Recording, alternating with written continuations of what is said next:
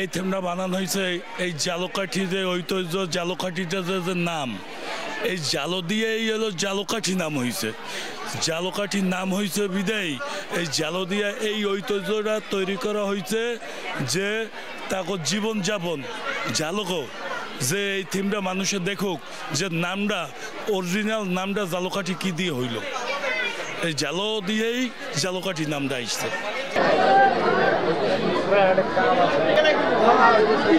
Desta